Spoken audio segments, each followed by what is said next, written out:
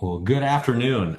This is another Rackspace Cloud Office Hours. I'm Drew, and this is a show we do every week, usually from the castle. And I've got a familiar face here with me, and then a new guy that we're going to introduce. But today we're talking about fleet management as it refers to our cloud. Talk about some of our lessons learned and get into that. I know a lot of our customers, to a specific degree, maybe it's within their environment, maybe it's because they're relying on our cloud, really need to have some understanding of what fleet management entails, maybe just the value they're getting, but also maybe some of the lessons learned that we've taken so they can apply to their specific approach. So without further ado, I'm going to reintroduce Reese. How are you doing? Pretty good. How about yourself? I'm doing pretty well. I'm well caffeinated and ready to get into this. And Reese, you've been a pretty big part of the operations team running our cloud. I have been. So how long has that been going on? So it actually be 5 years here in September. Cool. That I've been basically associated with our public cloud support team pretty much my entire Rackspace career so far. So I started off as a lonely support tech and moved my way up to just kind of doing all the important things associated with our cloud product itself. Good deal. And I know because I've been with Rackspace about the same amount of time in a similar space, that we've come a long way. And so we're going to talk about some of those landmarks, some of those major memories and lessons learned that we've taken from operating our cloud. And then also I've got Larry with me. How are you? I'm wonderful. How are you? I'm doing good. You've been here for how many years? Almost 4 years, just south of 4 years now. Good deal. Yeah. And what has that journey taken you through? What roles have you had and what are you doing? Yeah, so I actually started over in the sales organization in the cloud sphere, and I started getting technology and found out that I really liked it, and so just kind of dove deeper and worked after hours. So I've done the after hours, and there's something on fire and there's no one available to help you. You have to figure it out. And then now I moved over to cloud operations piece and worked on the team that Reese had been a part of in the past. And then I moved over to, now I manage a team called Escalation Support for Cloud, which manages all of our customer escalations when they need help with the infrastructure. That's what we specialize in. So, all right. And so that infrastructure is really where we're going to be camping out today, what we're going to be talking about. So to kind of set the table a little bit, any of you who are watching online in any of the platforms, feel free to interact. If you've got questions, comments, let us know. We're on Twitter. You can use CloudQA to tweet at us. We've got Facebook and Periscope. If you guys are watching on those platforms, I love answering questions, so send them on that. Send them our way. And then we've also got YouTube, and these videos are going to live on in the future. So if you're finding this after it's been live, reach out and let us know what you'd like to talk about. We'd be happy to cover some of those topics. So definitely engage at the moment, and we'll get the ball rolling here with a few questions. But let us know if you would like to interject. So let's kind of start with the way our cloud has evolved. We started out with a product called SliceHost, and that was kind of our original deploy virtualized servers in a public cloud way. And now we're running OpenStack as our platform. So that's a decent progression. A little bit of a jump. Yeah. Talk about a little bit of the early days when maybe we didn't have the features that we have now. Maybe we didn't have some of the, nearly the breadth, the extent of resources and servers in play, hosts in play that we do now. What did that look like? Oh yeah, so like back in the day when we first started, we purchased SliceHost, and that's how really Rackspace got into the cloud game itself. Mm-hmm. So we got that started off with a smaller footprint, and then we soon saw that what cloud actually meant, and it kind of comes with that, and that's really the scale that kind of comes with it, and really just managing that fleet at scale too. So once we got into it, we started off with just a little bit of nodes. It's quickly exploded, and we got a lot of different nodes in there. And whenever I say nodes themselves, I'm referring to hypervisors, and that's where these VMs, these cloud servers actually live on themselves. So we get a lot of these hypervisors online, and once we get these hypervisors online, it takes a lot more to actually manage them at scale. Mm-hmm. And when we talk about scale, we're talking tens of thousands of actual hypervisors out there. Then on top of that, hundreds of thousands of virtual machines on top of that themselves. Right. And this conversation, at least in this platform, we typically talk about nodes as in that's a virtual machine, but we do need to set that contextual shift. When we're talking about infrastructure, nodes are going to mean a little bit of a different thing. Nodeception in this case. Yeah. So we've got a point in time where our entire platform is built on this SliceHost environment. Yes. And then as Rackspace learns more about what the cloud's going to mean, what our customers want, we embark on this OpenStack approach. So as we start deploying OpenStack as a public cloud, now we have two very different cloud environments. What does it look like when you've got a couple of different technologies that you've got to manage and they're both at scale? What lessons were learned from the slice host side that kind of were applied early on? And then how does managing two very different technologies? I know we've got a lot of customers who, as simply as we've got Linux and Windows machines and we have to kind of balance how we approach them, what lessons were learned out of having those two environments running in parallel? Yeah, so really, we took all lessons learned from our legacy environments, we like to refer to as first gen. In our legacy first gen environment, we basically figured out, okay, so this is what running cloud at scale means. Let's go ahead and figure out the areas that we saw pain points in around our tooling, the different control plane attributes that kind of make the cloud actually possible and make the magic happen. We took those lessons learned and started developing OpenStack, which we refer to as our next generation cloud product. And really, this is a community effort to try and make a cloud or enterprise cloud platform for the world to share. Right. So we took our lessons learned around tooling, fleet management, automation, really everything that's needed to take these nodes across different data centers, different regions, really located all over the world and manage them with a smaller team of people. We can't have hundreds and hundreds of engineers actually working that. It doesn't work out for the business. We don't have that many engineers to throw at the cloud. So we need to kind of get automation and tooling and other stuff in place to help us actually get these things online and work with them. So having the skills and the ability to scale those skills well is certainly kind of a question that a customer trying to manage their own fleet is going to have to deal with. And you've managed teams that have to do a lot of different things. It's not just focus on the compute side. I mean, there's compute and there's networking. There's all of these other components that come into play. And when you're troubleshooting an issue, multiple of those things could be the culprit. And so you manage teams that have to have a pretty broad understanding of a broad set of technologies. What are ways that you have that help that team work well together when they have to be the jack of all trade type of group? And particularly too on all shifts. Right. We're a 24/7 company. The DC goes down at 2:00 in the morning. Our customers don't care. We still have to fix it at 2:00 in the morning.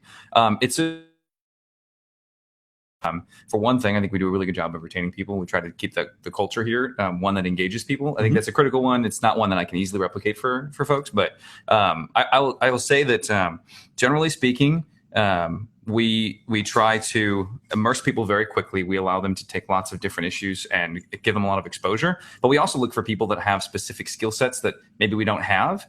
Sometimes that works out, sometimes it doesn't. Just kind of like thinking through the different pieces. I think of them from a fleet management perspective. I think of the skill sets that are needed as like hardware experience. Networking is critical.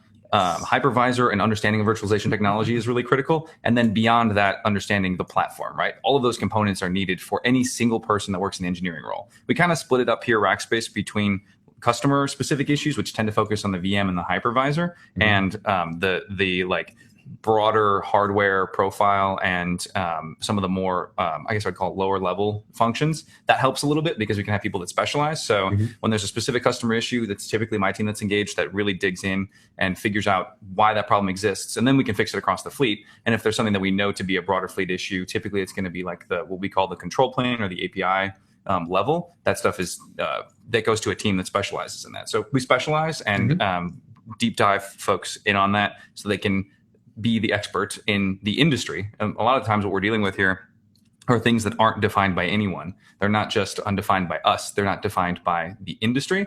It's not an easy Stack Overflow search. No, you don't Google for most of the things that our folks are doing. So I think in that way too, that's its own engaging set for techs that generally, we all love to get deep in on the weeds. And that gives people, we give people the latitude to go and do that and figure it out. And then as we get that, we reapply the learning very quickly. We've gotten very good, I think, about reapplying learnings from any of the teams that are engaged, right? We separate networking, we separate the compute folks, and they specialize in their own way. And we all talk very well together, which is critical because compute and, you mentioned earlier the pieces of the stack that can break, they can all be the culprit. It's possible that every single one of them is the culprit at any given moment. That type of feedback loop is critical between all the folks that have to keep the infrastructure online. So I think that brings up a couple of things that I'd like to dig into a little bit more. One, you mentioned retention is a big deal. Not being able to really afford to lose somebody when one person makes a big difference, when there's a lot of things to know and they've got a lot of that baked in experience that comes with just dealing on a day-to-day basis. If you could give one recommendation to someone who's dealing with a team where every single member is incredibly valuable and they can't lose any of them, what would one of those be for just helping to build cohesion on a team and buy-in? I have found so I've managed technical people for 3.5 of my 4 years here at Rackspace. I have found, by and large, listening to and activating on the things that your people raise is the single most valuable thing you can do.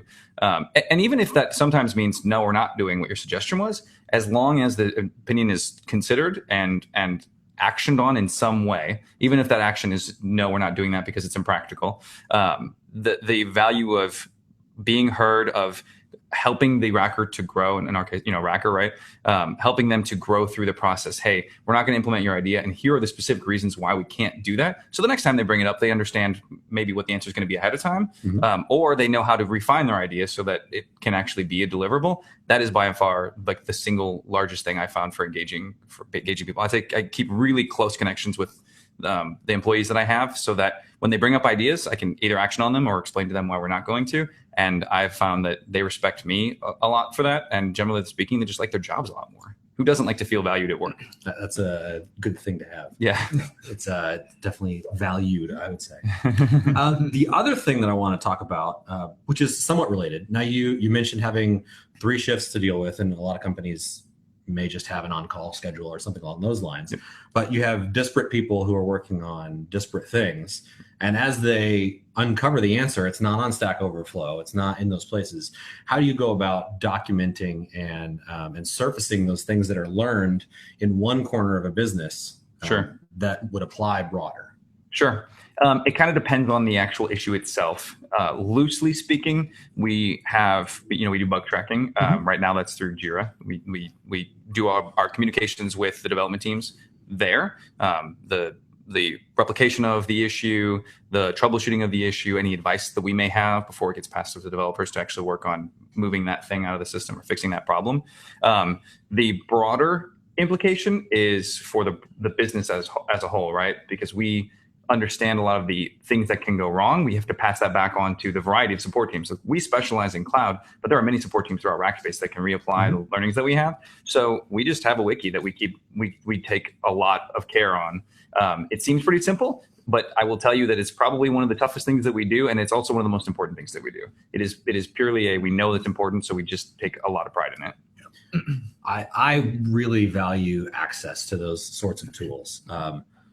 I deal with a specific subset of customers. It's usually hybrid enterprise customers that when they want an answer, they'd like it very quickly and they'd like it very thorough. And having access to a wiki that I can quickly search and find someone who's uncovered the problem themselves, collaborated on a solution, and can clearly document situations where it's applicable. And so I can go in and say, yep, that's exactly what I was looking at. Or no, it's a little bit different. Let me submit some additional information and see what we can find. That's very valuable to my customers. And I know in a situation where you're not necessarily leaning on Rackspace for our management of our fleet and our lessons learned in progress, it's still really important that as you're managing your own fleet, you've got that stuff documented. Yep. And it really relates back to the earlier question about keeping a team happy and engaged. When you lose somebody on a smaller team, a lot of times they've got all of that knowledge that has really built over time and experience that you're not going to be able to continue to get value out of if it's not documented. When you don't have access to their Evernote anymore, that is how do you get that fixed? Yeah, I think that's critical, absolutely critical. And the thing is, it gets harder as it goes on. It does not get easier. So starting yesterday is the best place you can start. Yeah, if you know you're in the weeds now, it's crucial that you take any open moment that you have to begin solving that problem, because it doesn't get easier or better. It's like you said, only going to continue to atrophy. So you've got to get in there and solve that problem. Oh, yeah. So another quick break. If you're watching, thank you very much. Please interact. It sounds like Steve is telling us that we've been using you guys since 2012. So that's really running the gamut. I don't know if you used our first gen offering, but definitely have had a chance to use second next generation for this whole tenure with us. So thank you very much. Let's go back and talk a little bit about that transition. So we used to only offer first gen, and at that point we didn't call it first gen because it was the only thing we had. It's cloud. Yeah. So now we have this new offering, next gen. It's not that new; it's been around for a long time. Yep. But as its features have grown, we've made the decision. We've got this entire fleet. We've got all of these servers. We've got all of this space. We need to deprecate something that doesn't have all the features that we want to offer. We need to get rid of some of these pieces of hardware. We need to free up some room. And so going through that series of decision-making gates, we come to the conclusion we got to do something big. We've got to migrate these customers and help them move what they're doing to a new platform. That's a very big undertaking. A little bit of an undertaking. What are some of the things that we've looked at in pivoting an existing solution to a new solution? So really kind of the whole thing we want to do is take our first gen fleet and kind of bring it over to our next gen environment and all the benefits that come with our next gen environment. So with the first iteration of our cloud, we really only had cloud servers and really a load balancer cloud product itself. So really only had two kind of products out there for customer consuming our cloud portfolio. Then once we introduced next gen, we added a lot more things for cloud networks. So you can create private networks between servers. You can also add additional storage onto it. We also made the API and a lot more things. It's much more robust and a lot more features added to themselves. So we wanted to take this older aging infrastructure, bring it over to a newer gear, give them the new features, and also put them on newer updated hardware also. Right. So really just all in all, we're just trying to improve the entire stack itself, all the way down from the hypervisor, the switching layers, the aggregate levels, pretty much really fancy routers, bring them over to our newer gear that's much more resilient, has much better automation around it to really just improve the entire customer experience itself. One of the things that you mentioned that I want to be sure gets touched on a little bit further. So when you have an environment like a public cloud, you're always adding more resources. You're adding more hardware. Constantly stuff coming in. It's an influx of just massive service coming in, going away. People are just abusing our cloud and just clouds out there in general. It's just what people do to clouds. There's an ebb and flow, but for the most part, it's growth, right? Yes, you need more resources. Okay. And part of that is new features. On Metal is a different type of environment, so you need to have different resources to deliver that particular product. But with our Slice Host first gen solution, it started out small, and as customers found it and decided they wanted to consume it, it grew and grew and grew. So some of that hardware is very, very old, and it's still running. Old, yes. But you just think about the laptop that you're working on, and then the laptop you worked on 8 years ago. The things that they're able to do is very, very different. It's not a just the performance difference, or not. And it has nothing to do with features either. I mean, it's just the fact that it's pure newer, hardware. better hardware. Yeah, the better hardware is have much more CPUs in it. CPUs are much more powerful. They're a little bit better for resiliency too, because that hardware isn't at the same age as the previous hardware, so it's not to have as much failures in there. Yeah. We've also been upgrading a lot of the underlying hardware too for the disks themselves, where you saw only offer spinning disks. Now we offer solid state drives, much more resilient for long-term for kind of data corruption, and then also extremely fast for reading and writing. Right. So you're getting a lot of additional value in that transition. But in making that transition, we really needed to think through what are our absolute requirements? What can we not move forward if we haven't solved? And so we sat down and prioritized things that would be nice to have, things that we wouldn't move forward without, and then the absolute, like we just don't know how to achieve this if we can't solve this particular hurdle. And in doing that, there were a lot of long conversations and deep arguments about, no, I really think that we can go forward without this, and it's really not worth it if we don't. So let's talk a little bit about that decision-making process, and maybe we get into the actual decisions that we made in this transition. So I think probably the easiest way to describe it, and I'm a big fan of this methodology when it comes to technology, period, is continuous iteration, continuous deployment, right? We tested very heavily multiple different ways of processing these migrations. We're moving across platform, we're moving across hypervisor version, right? We're moving across API. It's a substantial change. We're physically moving, in some cases, between data center rooms, which is a complex networking job in its own, and something that there, again, is no Stack Overflow reference. There's no, you don't go out to Google and figure out how do you move a data center. That's not a thing that exists on the internet. So there's that. For that reason, we had to do probably more testing than I would imagine most people will have to do for most migrations, right? We were moving data that wasn't ours across infrastructure in a way that hadn't been done before. But generally speaking, I heavily advocate testing very heavily as much as possible in as close to production. That's ideal. Yeah, as close to production environment as you can get. And then set clear goals, because I think that keeps you focused. In our case, we wanted to minimize disruption to customers and minimize data loss. So like resiliency was a big deal for us. We needed good safety mechanisms through the migration process. That may not always be the target objective, but because of that, we could give clear guidelines to the developers and the operations teams on what we needed to execute on. That made it much easier to go attack it.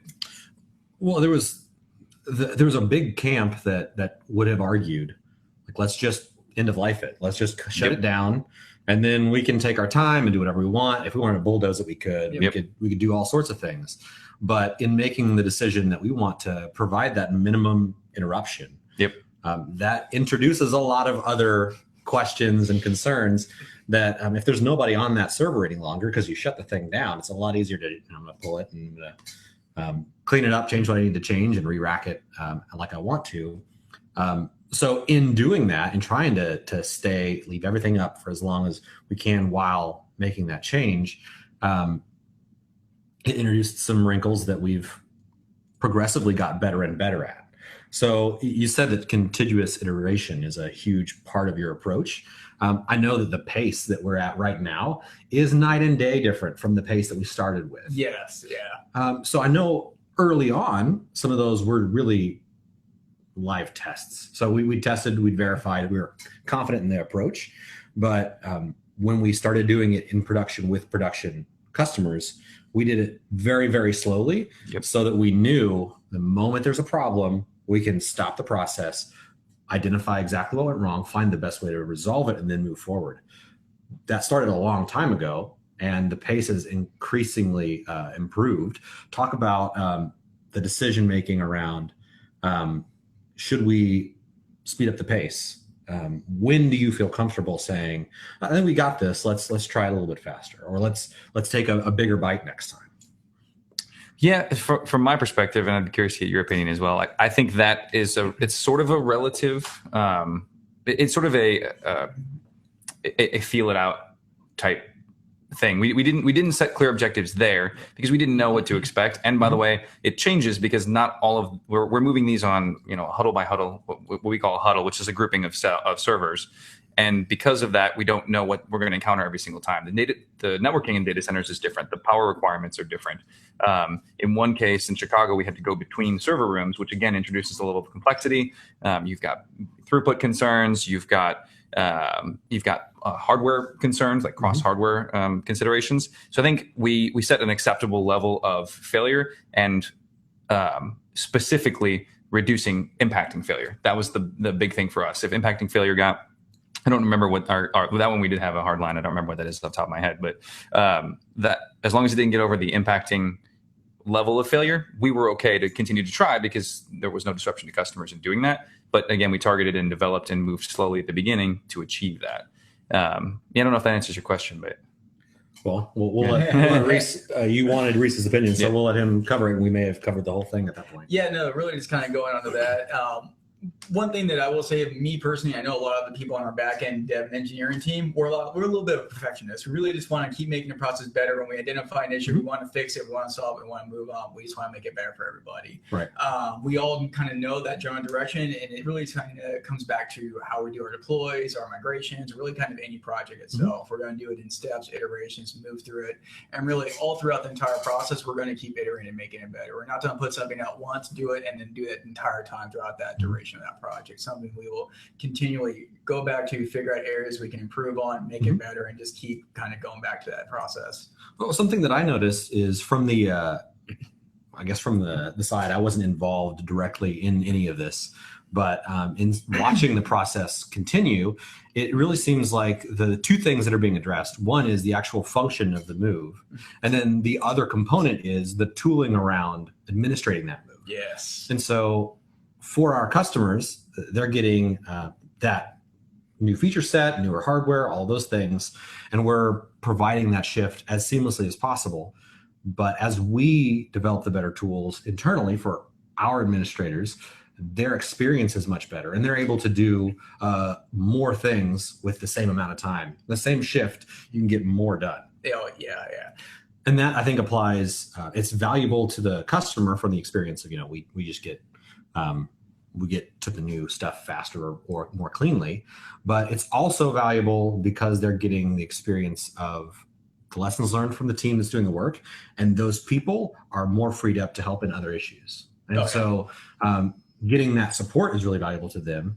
And then the lesson learned for me, for a customer who's deploying their own environment, VMware, whatever the case may be, and they've got fleet management concerns of their own.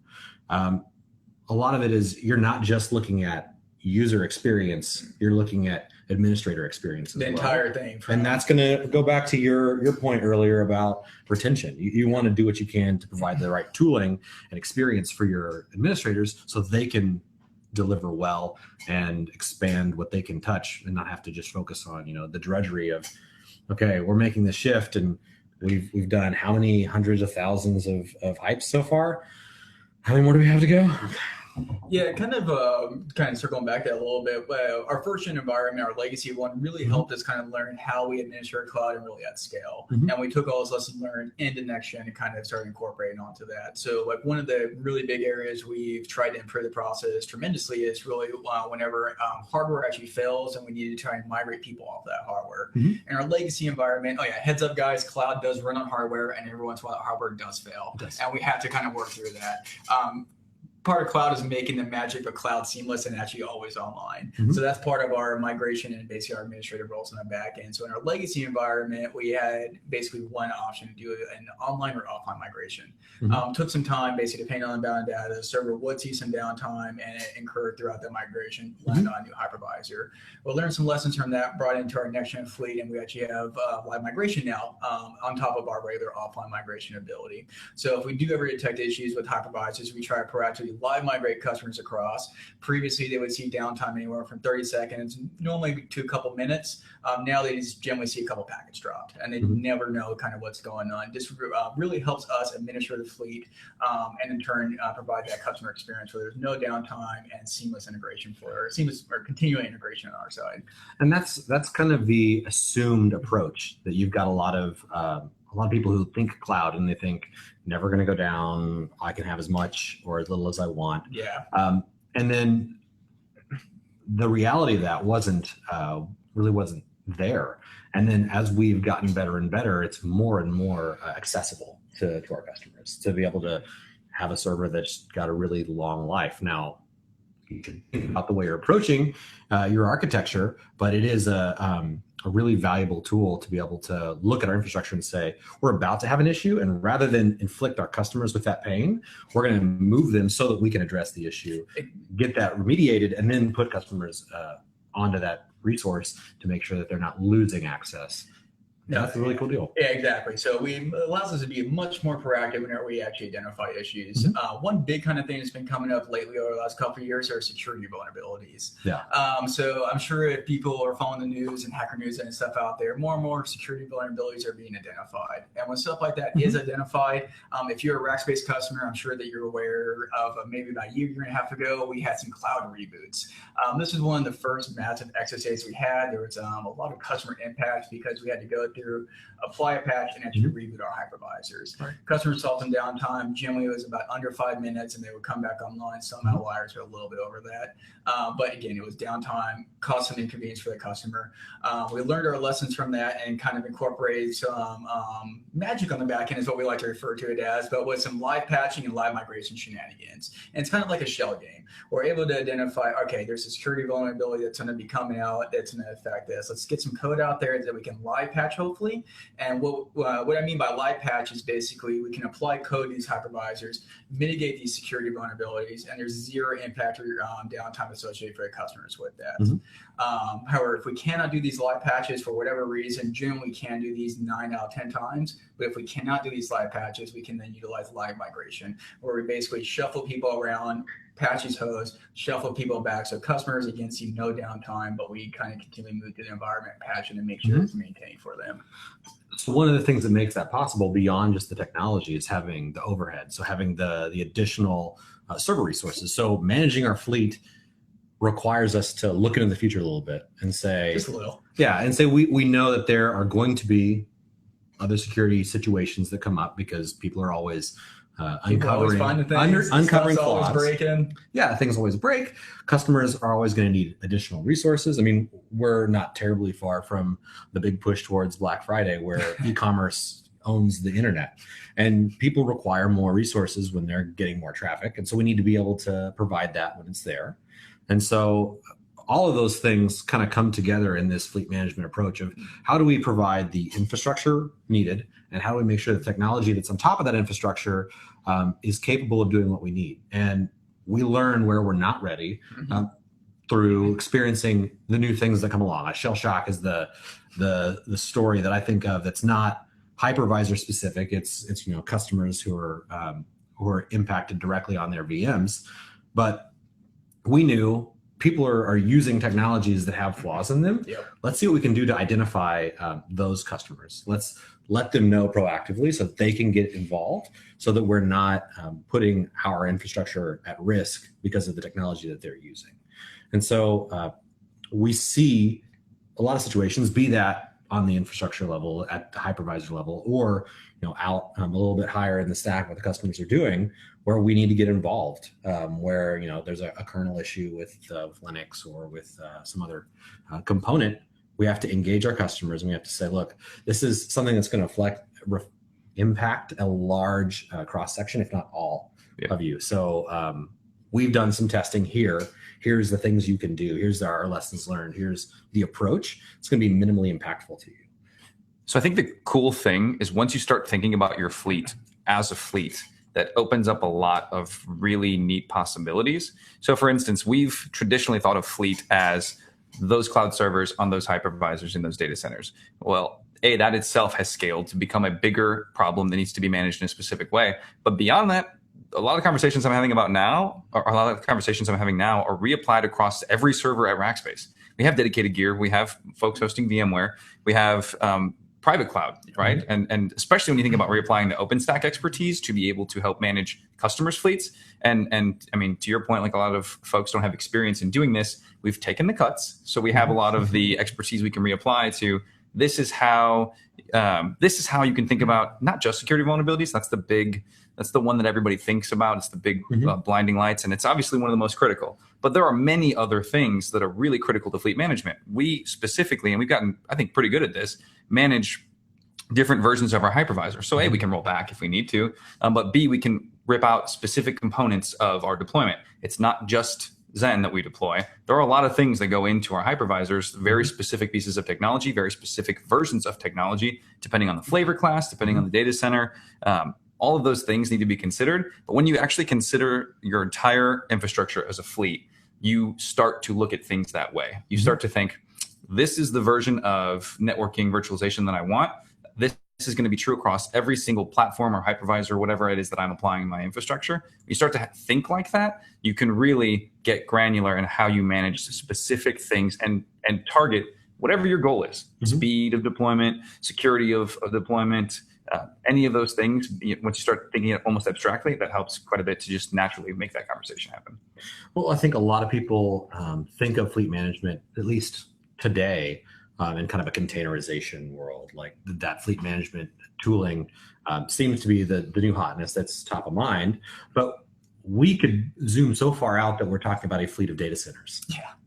And so we think of, there's this new technology that might solve this specific problem in networking. Let's, when we build the next data center, let's take those lessons learned from our previous data centers, and maybe we can squeeze out a little bit of additional performance, or maybe we can shut out some additional risk for those customers deploying into that new data center.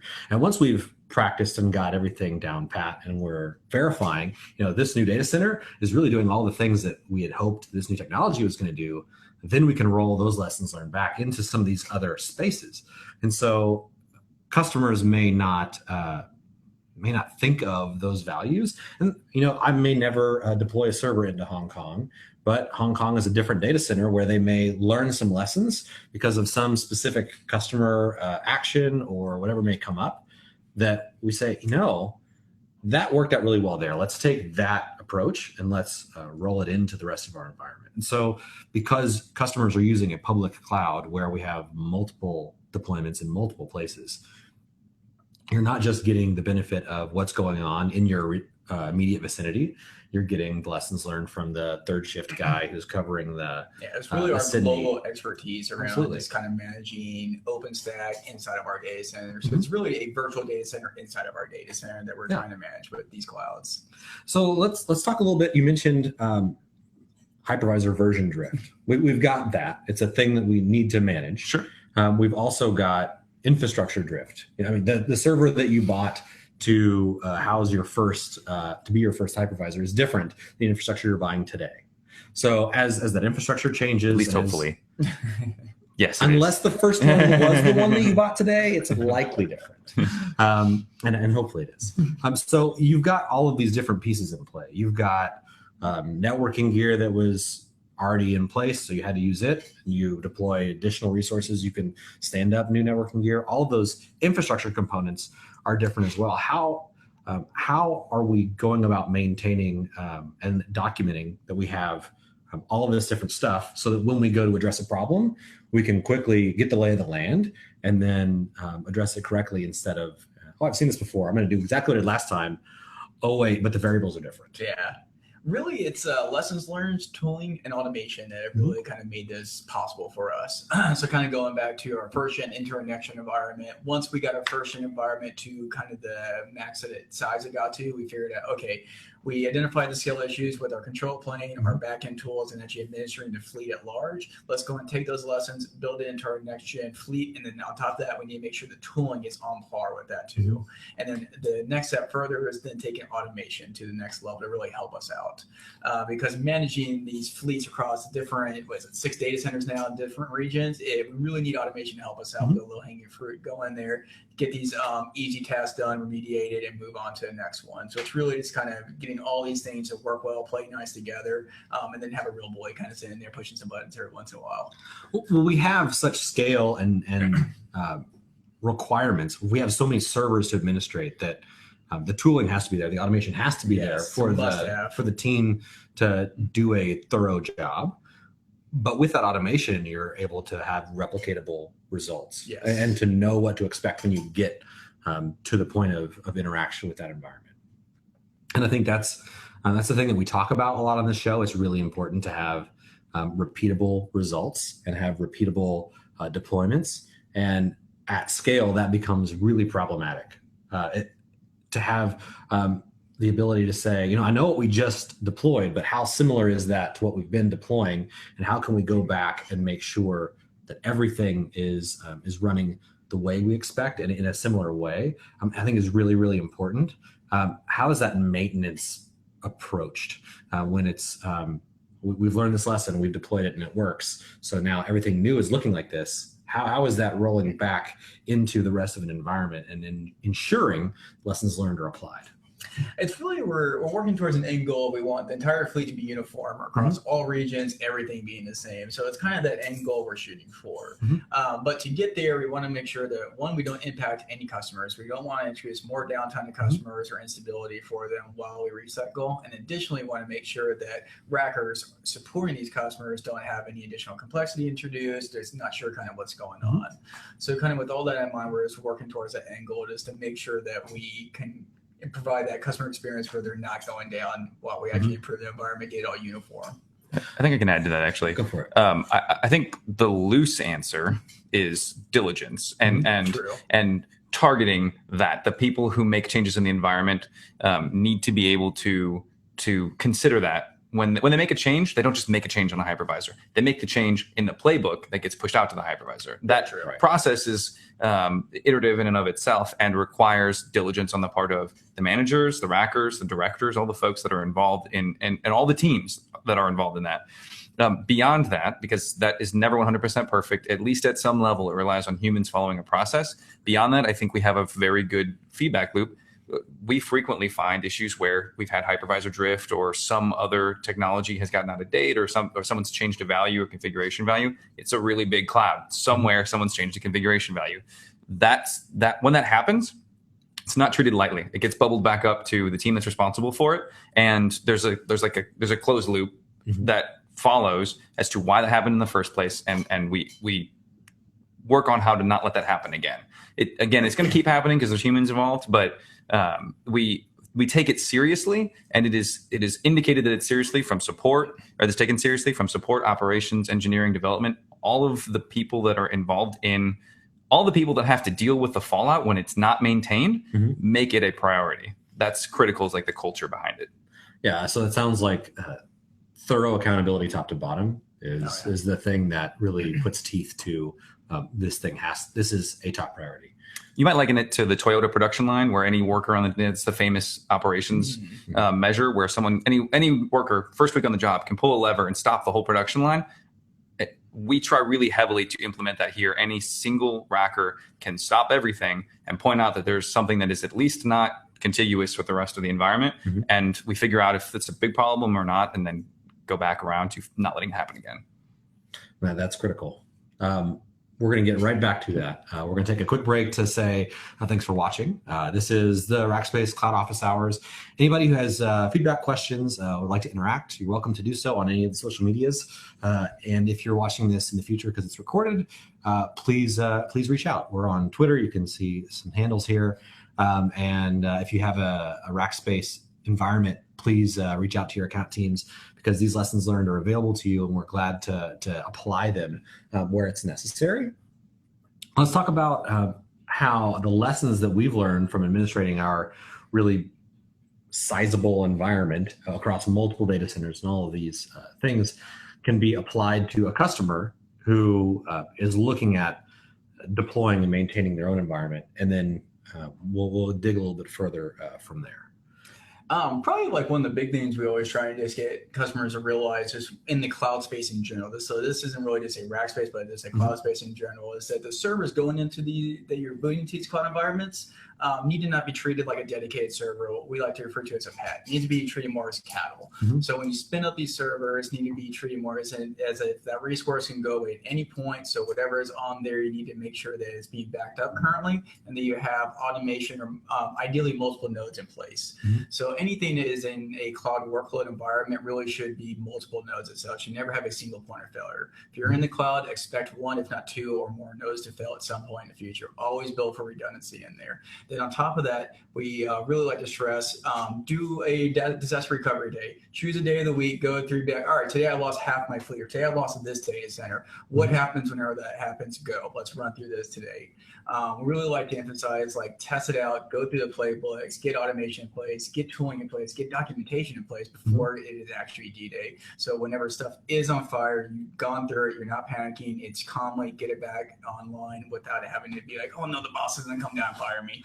I like the fact that you have the playbook in place when you run it, and then you can go back and look at doing that review after you've had that event and saying, okay, we went through this process and it really seems like this step could be clarified a little bit so that it can run more quickly. We expected it to take this long and took twice that. How do we approach this better next time?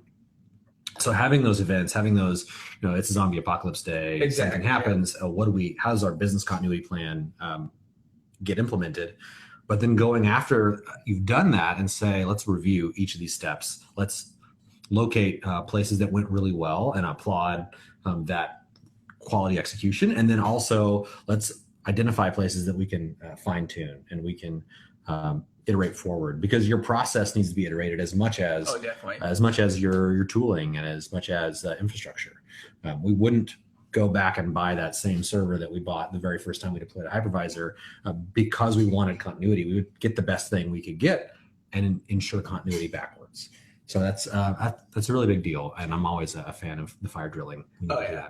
The one thing I just want to call out too real quick, whenever we're referring to playbooks, by the way, that is Ansible playbooks. So this kind of step back for the automation wise. What we like to generally recommend is Salt, Ansible, or Heat. Just basically some type of automation. If you're not sure which one you want to do, Salt and Ansible are two big ones out there. They're both just somewhat different workloads and whatnot, but both of them are extremely great for automating your deployment of different clouds. They both work with different cloud providers, everything out there.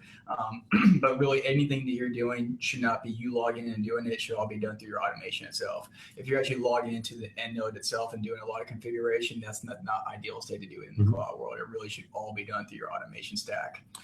And if one of the big differentiators between that Salt Ansible question is Ansible doesn't have anything on the server.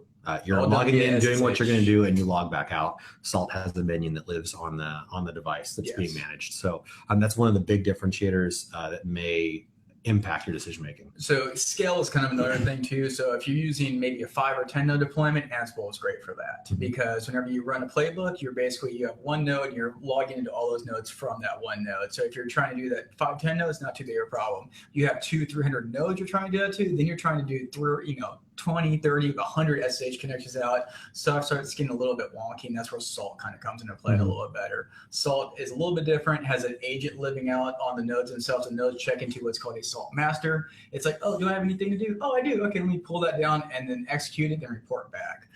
Yeah, and that's definitely something that can help you maintain the right environment instead of having to proactively go out and push to your environment. You've got checking back in, so you can maintain one place. And then as it's checking back in, your environment is keeping up. Yeah, the nodes are much more intelligent in the Salt way versus Ansible. You really have to kind of run stuff out there. Unless you're kind of getting the Ansible tower stuff, which is starting to kind of get into that Salt area where automation is constantly checking back in. Do I have any jobs to do? Nope. Am I in the latest state? Yep. Nope. Oh, I'm not. Okay, let me update. All right, moving on. Yeah, so there's definitely some conversation to be had on how you're approaching your automation, which tools you're using. There are plenty of them out there. If you're an OpenStack user, be that public cloud or in your own cloud environment, Heat's a pretty big tool there. It's native. So definitely consider using something repeatable, something where you can control one environment or one definition of what the environment should be and not have to be out there in the weeds all the time checking. Like, is this, the variable's right. Okay. Is this one? Yeah, okay. So you need to have a way to get it to that easy state every time. Don't have to worry about, is that no. Just run your automation, be done with it, move on. You got better things to manage. Absolutely. So fleet management being as broad as it is, we didn't cover much of it. We had like a random splattering. So what value would you highlight that we haven't covered that our fleet management brings to our customers? So I think, so there's, I guess I could identify two. That's fine. One is on just one value. Just one? Okay, well, I'm going to do. You can do another one. 2 points to the one value. Perfect. On the public cloud side, scale is something that's really hard to convey. I mean, it's impossible, in fact, to transfer to someone if you have not dealt with scale. So I think on the public cloud side, some of the things that Reese talked about, the ability to move servers around and understand what's happening and version control the hypervisors that you're leaving behind and continue basically to clean up after ourselves, and the capital that's required to do that, to your other point, right? That requires very specific things. So that's one. But I think a more attainable value for the average customer is that expertise bottled up and given to you either through, asking us on Twitter or elsewhere. I'm happy, and I think we're all happy to share all that information, or purchasing it, right? And I don't mean to make a sales pitch, but if you don't feel comfortable or want to learn how to reapply this type of information with a private cloud footprint, that's a thing. That's a real thing that we offer. I mean, it's not really spelled out in the service level. We don't really market it, but it is implicit that we have that behavior. I will tell you on the back end, since I work with a lot of the engineering and the operations teams, those teams are, for all intents and purposes combined, like they are doing the same things and sharing that information back and forth. How do you manage small, highly custom deployments, like with private cloud? How do you manage really manufactured, containerized almost deployments on the public cloud side? So that type of cross-pollination of the information is like free for talking to us. That's just a thing that we have experience doing on the OpenStack side, and I think that reapplies to really any cloud footprint. Right, the same principles apply, even if the platform's different. We talk about configuration tools or the API you're using, and that is really the whole reason we picked an open source API in the first place, is because it didn't really matter to us. The point was how you think about and manage cloud. So that'd be my point. Well, and to clarify what Rackspace offers in the private cloud world, you could actually deploy private cloud in your own data center, and we could help you with that administration. Oh, yeah. And that's scale that starts approaching what we're doing. And so we've got practice owning in a very large environment. If you want to deploy a multiple region private OpenStack cloud, there aren't many people doing that. So we can apply our expertise, and we can provide architects who have seen what we do, how we do it, and can apply those experiences to your approach. So yeah, you may want to house your private cloud environment at Rackspace. You may want to house it in your own environment. You may want to deploy it yourself. But if you want help at one of those phases, we've done those things, and we can take that experience and that expertise and apply it to your use case in ways that will be really expensive to go find on the open market. So that actually made me think of another thing too. A lot of companies, in my experience, struggle to they move from problem to problem. They move from security to networking to hypervisor. They whatever's on fire today is their biggest concern.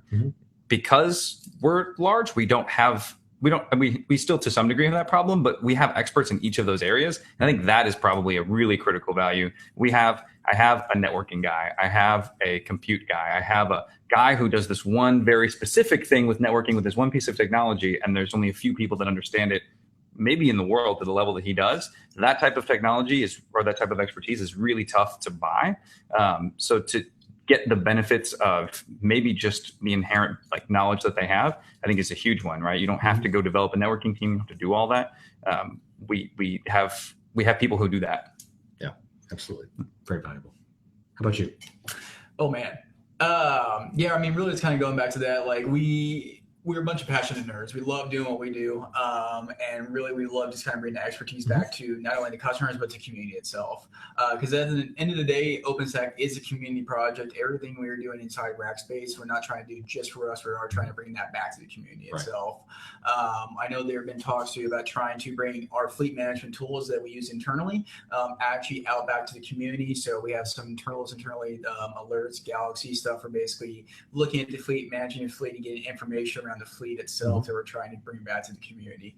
So kind of just coming back to that, we have a ton of really great experts in different areas. We're really passionate about this, and most of us are active in the different communities out there, not only the OpenStack communities, but even the Rackspace community too. I'm really just trying to share all the information we've been able to collect over the years from our different cloud adventures. Yeah, and there have been quite a few. So we're coming about to the end of the hour. I think we may have a couple more minutes.